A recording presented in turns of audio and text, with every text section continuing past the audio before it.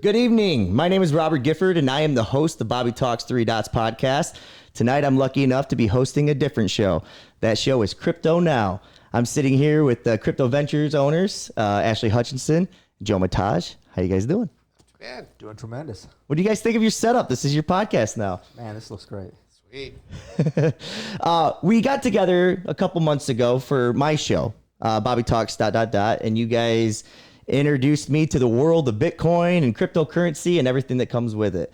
I got to admit that I was a little bit confused going in, still a little confused going out, but I feel like I had a better understanding. I was able to at least educate my grandfather on exactly what was going on. So you guys are really good at what you do. The education part of it is huge. And I know that's kind of like the journey of what we're starting here. Absolutely. That's one of our goals, to educate. Yeah. So Well, to learn and then try to educate. Educate the hard part, right? Because there's so much, especially in this world of cryptocurrency, there's so many different facets. And I know today we're going to focus on FUDs versus fundamentals. But I just thought it would be an interesting way to start the show by just talking about why it's so important to educate ourselves in this field and why you guys feel it's important and why you're venturing down this road. So, I guess I'll just launch into that. First of all, we feel that cryptocurrency is going to be a big factor in our financial system and in our world. And, and we're still at the pre-adoption stage. There's so much to occur, to happen. That touches on so many different areas, and it's vital that there is a level of understanding, not only among investors but the general public. Because first of all, you don't want to get into something you don't understand, right? And then take on that risk. And if we can help people a little bit with that, we feel gratified by that. And also, we just want to help people venture into this and make good decisions and really be able to make sense of it. Yeah, I know as just the Joe Schmo here, that I'll give you more credit than that. Well, I appreciate that, but terrified of always making the wrong decision. I've put myself in a situation where I'm fortunate enough to have opportunities in life, but then you're thinking to yourself, you're paralyzed by that sometimes because you have so many different decisions to go. And what's great about what you guys are bringing to the table in the crypto world is that you can kind of help navigate those decisions for people that might not know or understand this world all that well. So did you have anything you wanted to add or touch on to that, Joe? Or I think we're pretty much on the same page. I think the only thing I would add is that, we see the crypto as again the next thing, and it's a better thing. I think it's the current financial systems are not optimal. In fact, I was talking to another business guy today, and he was just making some comments how he had some issue and it was affecting his credit score and yada da. And it just really kind of highlights there's a system today, and you have to be a part of that and navigate through that. And I think what's going to happen with the crypto revolution that's coming is it's going to make that better for people. They're not going to be as hemmed in, right, and have more freedoms in terms of what they can do in their financial world. So before we get into the FUDs versus fundamentals, because I know that's the topic of today's show, what does that do? Taking what you just said, Joe, what does that do to the lenders in the future, in the stability of whether or not they should lend to somebody that might be financially irresponsible, but you said there's more wiggle room there. Does that make sense of what I'm asking? Well, I understand what you're touching on, and I think it has benefits really for the lenders, because I was talking to some folks the other day as well. It's just amazing how much credit that people can get today. And I mean, obviously credit's a fine tool. It can be very necessary in business and personal things like that. But the person I was talking to just remarked that, an 18-year-old fresh out of high school can lock in $250,000 wow. of student debt. Yeah. And that I'm a part of that generation. Not necessarily that high, but it's up there, right? And then it cripples me in my forgive it all. Yeah, well, it cripples me in my financial decisions going forward. I don't feel like I'm a player in the economy all that much. Well, so. and I would say as well that we're going to probably touch on this a little bit, but lenders and people in the financial system, they can have that fear, right? Right. Because that's a fear that somehow cryptocurrency will invalidate the current financial system rather than enhancing it. Okay. I'm not pretending to know exactly what's going to happen, but it seems to me that there are even large banks that are now choosing to take advantage of the opportunity and become part of it, right? And that may be a benefit to the cryptocurrency ideals. That might be a negative in some ways. Right. But what I'm saying is that even like Goldman Sachs, Morgan Stanley, Chase, they're hiring teams of cryptocurrency traders, experts. So leaders. it's here now. It's And so there's kind of a choice there. Yeah. Do you join or do you try to undermine and be fearful of that? And I'm not saying that if I was a banker or in that system that I wouldn't feel that way. I'm just saying that there's a gap in understanding sure. the fact that, this could be an enhancement. It could be revolutionary, but it could be a good thing if you properly engage with it. So let's use the word fears then. Okay, we'll transition to what today's show is all about. CryptoNow. We're sitting here with Joe Matosh and Ashley Hutchison. This is their baby, and this is episode 1 of that, and I'm happy to be a part of it. But today's show theme is FUDs versus fundamentals. Why don't you just lay the table first? What is FUDs? It's an acronym. Why don't you kind of explain to us what that means? Well, FUD, it's not unique to the cryptocurrency space, but it's an acronym standing for fear, uncertainty, and doubt. And usually what it means is it's information, it might be misinformation, that is spread sometimes on social media, sometimes by mainstream actors, media outlets, talking heads. People of influence.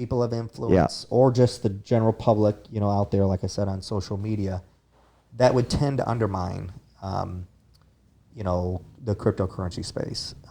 Like, for example, we see it every day, like someone comes out that maybe people respect and says, crypto is the worst thing that's ever happened to mankind and humankind, and this is, it's all going to collapse. It's a bubble. Right. It's for nefarious actors. It's for criminals. Just, an embellishment or maybe a perversion of the facts or a certain aim, maybe by those that have a vested interest in it failing. Again, not particularly unique to the cryptocurrency space, but one we see that is prevalent in the cryptocurrency space because it's so new. Right. It's so dynamic. It's so threatening to some people, and everyone's trying to make sense of it. And these traditional financial institutions, et cetera, are grappling with it. And at times, some people come out and spread information about it that may or may not be true, or it may be taken out of context. And so you have to deal with that. Right. And what's the strange thing about that is that sometimes it might be done to manipulate on purpose, manipulate a market, things of that nature. It could be done on purpose if you're somebody that knows what you're doing and you hold influence. Then there's those that don't have any idea of what they're doing and don't realize the harm in which they're causing by talking on these subject matters. People like you who are sitting here on the, kind of in the trenches dealing with the repercussions of their words, and they don't even know, they're just kind of slip tongue. You know what I mean? So. Well, and that's a great way to describe, I'm sorry, Joe, you go ahead. Well, I was just going to kind of add into that the, in the crypto community, again, this is a fairly small realm, so to speak, that's still developing. So there's a lot of smaller communities and the crypto space is very community oriented. You find a lot of groups that are centered around a particular coin or something or a project or something like that. That makes sense, yeah. And they're much more have their own communication channels, Discord, Twitter, Telegram, these things.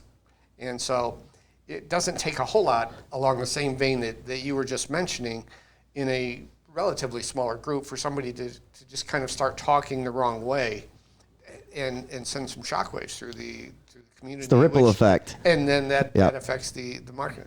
Yeah. Well, and what can be confusing is that for the average, I guess, investor or user is that there can be an element of truth to it. Like, for instance, it is true that if you get a ransomware attack, many times that attacker will demand payment in Bitcoin. Right. So then you hear, well, this is just a We've just seen this. this is a network for money launderers and criminals, but that there's an element that does happen, but then you have many people like us who are not criminals, Right. and that who are engaging with this in a secure way, in a sensible way, and believe in the system.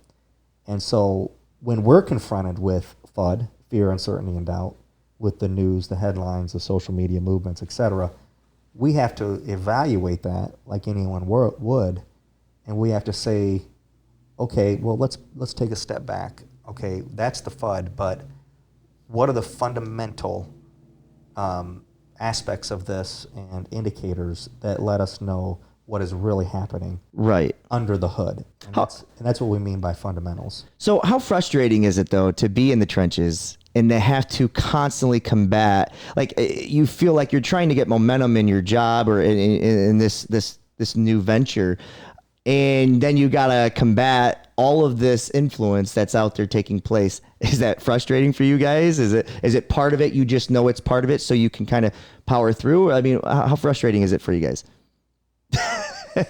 Yeah, it can be really interesting, but to some degree, it can have a reinforcing effect. Okay. I mean, 18 months or so ago, you had folks like Jim Diamond of major bank, JP Morgan. JP Morgan, yes.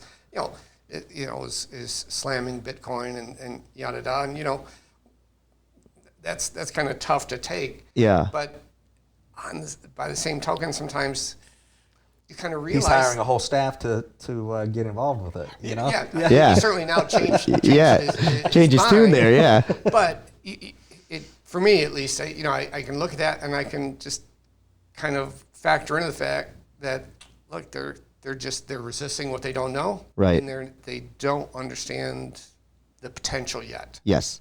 So. Well, and it's like we would all want our kids to be educated, right? Right. And when you hear something, study and find the facts and find data, right? Find information that is provable, that's scientific, and and so I look at it and say, okay, what's really going on here? I'm not just going to go on something I see on social media or a tweet or even an article. I'm going to ask questions because this is very early in this process. So what is telling us, what are the things that are telling us what's really going to happen in 3, 5, 10 years? What are the major movers, and those are the indicators you're talking about. And I'll give you one example. Yeah, please do.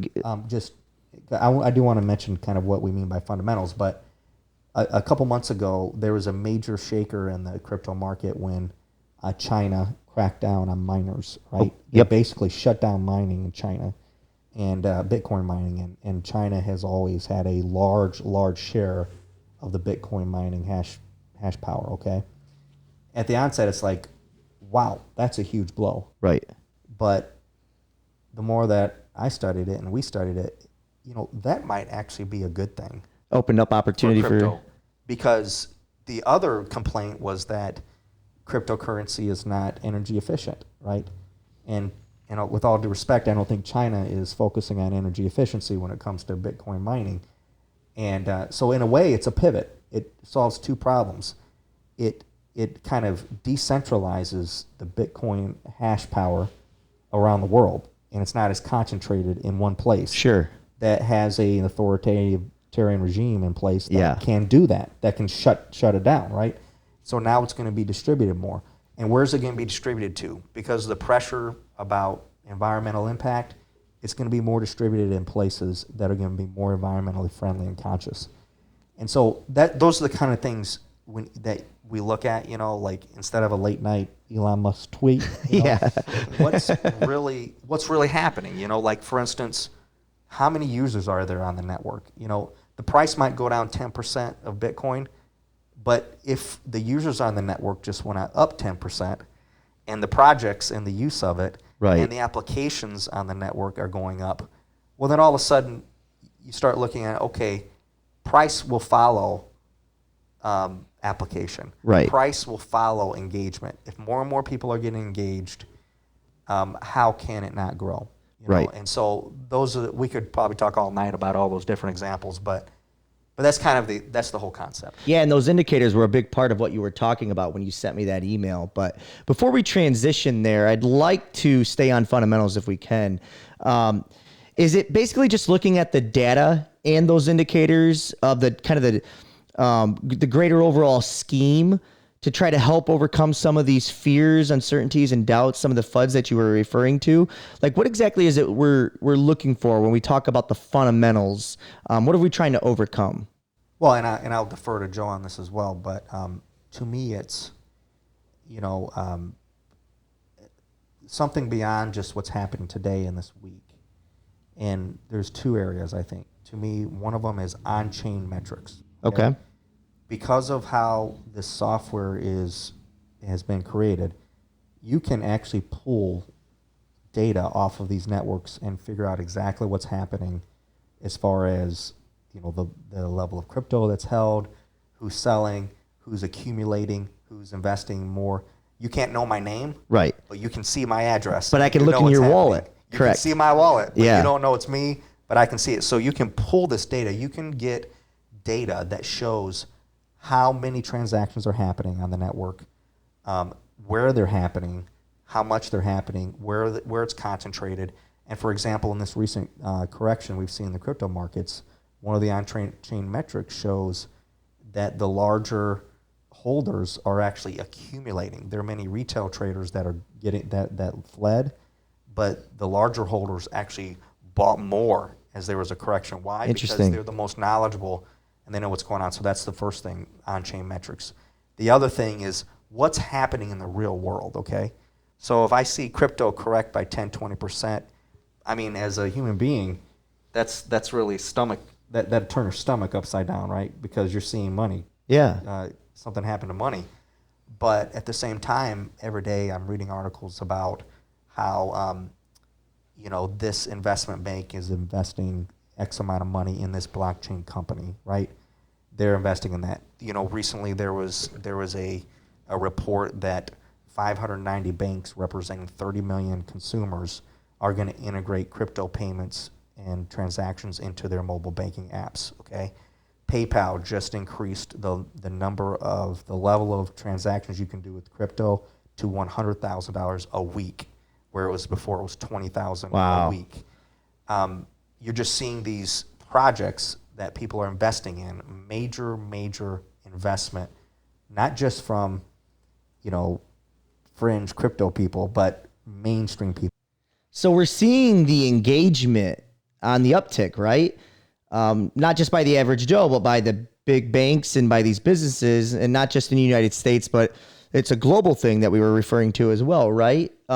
Since the engagement is up, doesn't that tend to show more than any influencer can possibly try to influence? Isn't it showing that since the engagement is up, that's a good thing, right? It shows more than any influencer could possibly do. Am I understanding that correctly? No, absolutely. Okay. I think that's exactly it. Is we're seeing, again, actually drop some names, big banks, Visa, MasterCard, PayPal.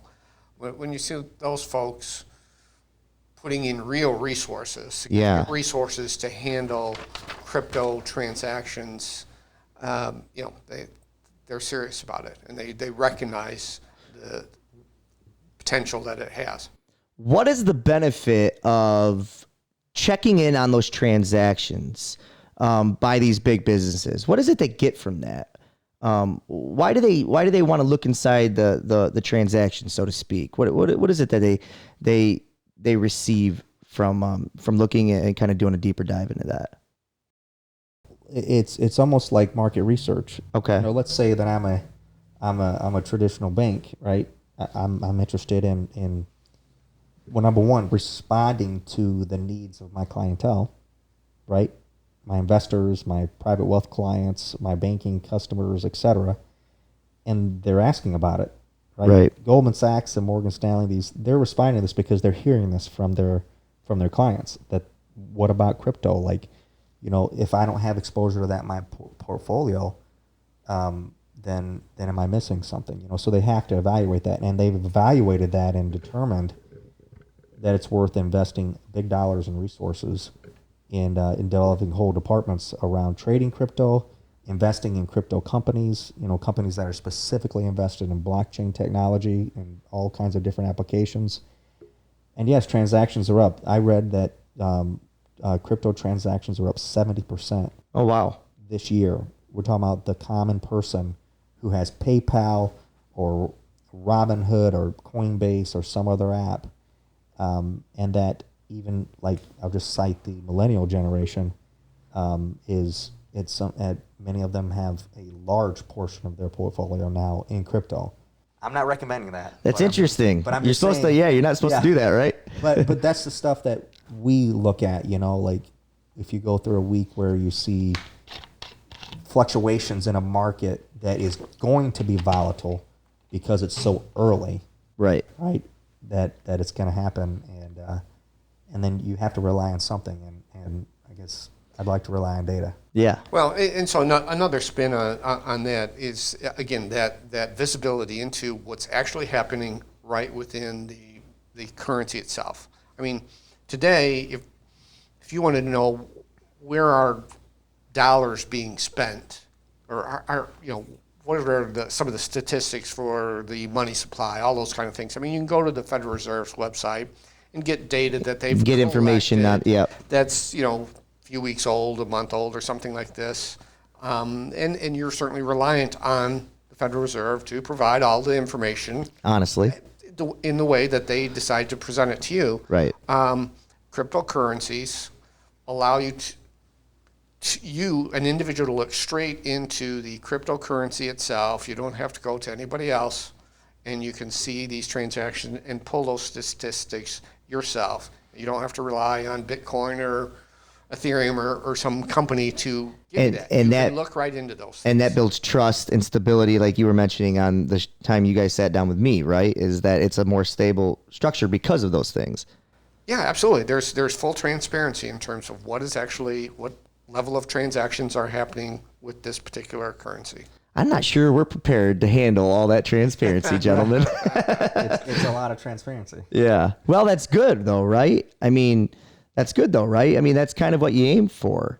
I was reading this week that that Bitcoin and crypto is back over 40,000 again. And it kind of goes back to what you were saying, where the market fluctuates so much, it's hard to have any trust in it. But I kind of find that with things like this, even though they fluctuate from week to week, once there's enough momentum behind something, it's a little bit, feels like to me like it's a little inevitable. And these big businesses, man, they're either going to have to get on board or they're going to miss the wave of the future. Well, and the corollary to fear, uncertainty, and doubt is sometimes that which you fear it for a reason, and that's because it's a significant factor. And, just look at what's happened with governments right now. China, and I don't mean to harp on China. I don't have anything against China.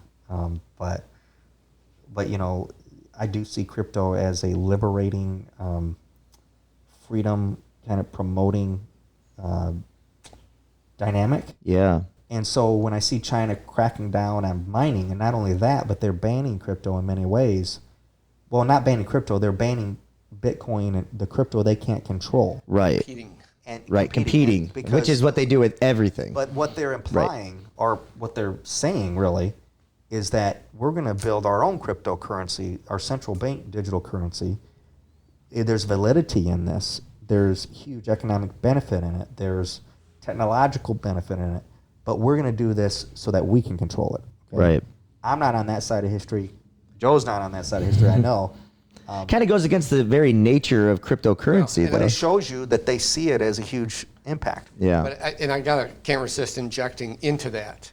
I just seen today that, of course, the Olympics are happening. Yep. And the U.S. government has, I don't think forbid, but asked the athletes not to use China's digital currency. Really? Yeah, so it cuts both ways. That is interesting. That's a good point. Yeah, absolutely. Not to forbid, but to strongly suggest. Yes. The U.S. way. That's funny. It's almost like what you mean for harm on something that has validity can actually be turned around for good. now we see countries like El Salvador and others that are, I mean, they're passed a law that Bitcoin is their legal tender, is legal tender on par with the US dollar. That's big. And you just see how people are engaging with it, either positively or negatively. And you know that this is here to stay. Right. You know? So let me ask this then, here in the closing minutes of the show. With the theme FUDs versus fundamentals, what is the overall message that you want them to take from this? If they only take away one thing from today's show, what would that message be? What would you want them to know? Well, I would say, again, topic being FUD versus fundamentals, is really to be able to filter those two. And I think the biggest, easiest way to do that is really step back and look at the bigger pictures and the longer term perspectives. Don't focus on the day-to-day of it. Yeah, don't watch it on a daily basis. Right. And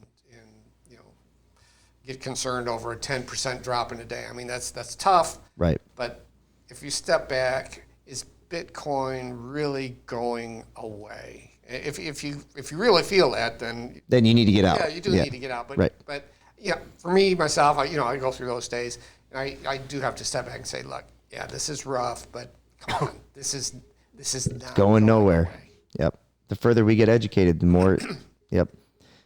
Ashley? Yeah, no, that's absolutely a great point. And I guess what I would say is, don't take any action that you don't understand. Right. You know, do your, another term is do your due diligence, and for yourself, you know, and realize that you know it is very difficult not to include your emotions in decision making. We all deal with that, but to be data driven and realize the long term potential, you know, not about short term gain, but about the long term effect of this new system, and as an opportunity. And many of the things that we talk about today that seem fearful around it, it's because it's unfamiliar. Right. Because it's a totally new concept. And if you can peel that back and see the opportunity, I really think that you'll be rewarded, anyone that's involved in it, because it is such a big change and has such big potential. And in finality, the things that we fear will actually help the most. Right. You know, like many people fear that the governments will regulate crypto. Well, I actually think that might be a good thing. It will drive mainstream adoption. It will remove some uncertainty. It might be a battle, and it could have some downsides, but it may have a net positive, you know.